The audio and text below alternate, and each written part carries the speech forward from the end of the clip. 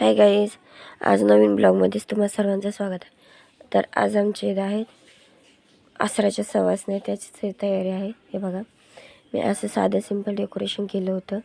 हे बघा, त्यानंतर आईने आसरांची पूजा करून घेतली, त्यासाठी तांदूळ ठेवले होते। त्यानंतर त्यावरती खडे मांडले। खरं तर त्यांना खडे नाही म्हणायला पाहिजे। नंतर पानं मांडून त्यांचा विडा तयार करून घेतला। बघा, विड्यात भरपूर काही होतं। त्याला परत त्यांना हळदी कुंकू लावून घेतलं। त्यानंतर विडा तयार केला। त्यात भरपूर काही होतं, इलायची, लवंग, खोबरं, खारीक, हळकुंड, एवढं काही होतं ना, माझ्या त्यात सांगता पण येणार नाही। तर ह्या इडा तयार करून घेतला। त्यानंतर आत्यांनी लिंबही मांडून घेतले। आसरांना लिंब असतात। तोपर्यंत आईंनी लगेच नैवेद्य मांडून घेतला आहे। मी ओटी भरून घेतली लगेचच।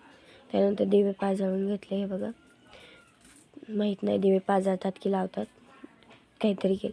त्यानंतर पेटवून घेतला लगेचच। पेटवल्यानंतर नंतर सवासण्या बोलवून घेतल्या। हे बघा, सवासण्या तर आल्या होत्या। हे बघा, सवासण्याचं स्वागत केलं, जे डेकोरेशन होतं त्यानुसारच। बघा, त्यांनाही खूप आवडलं। साधं सिंपल डेकोरेशन होतं। लगेचच आईंनी त्यांना ताट वाढून दिले। हे बघा, त्यानंतर त्यांचं जेवण झाल्यानंतर त्यांना हळदी कुंकू लावलं होतं। हे बघा, लगेचच सवासण्यांना जेवायला बसवलं। खूप उशीर झाला होता खरं तर आज, पण काय करणार, सवासण्या म्हणल्यानंतर त्याही उपाशी होत्या। खूप उशीर झाला होता। लगेचच आईने त्यांना हळदी कुंकू लावून घेतलं। हे बघा, अशा पद्धतीने सवासण्यांनी त्यांना हळदी कुंकू लावलं। हे बघा, त्यानंतर त्यांनी ओटी भरून घेतली।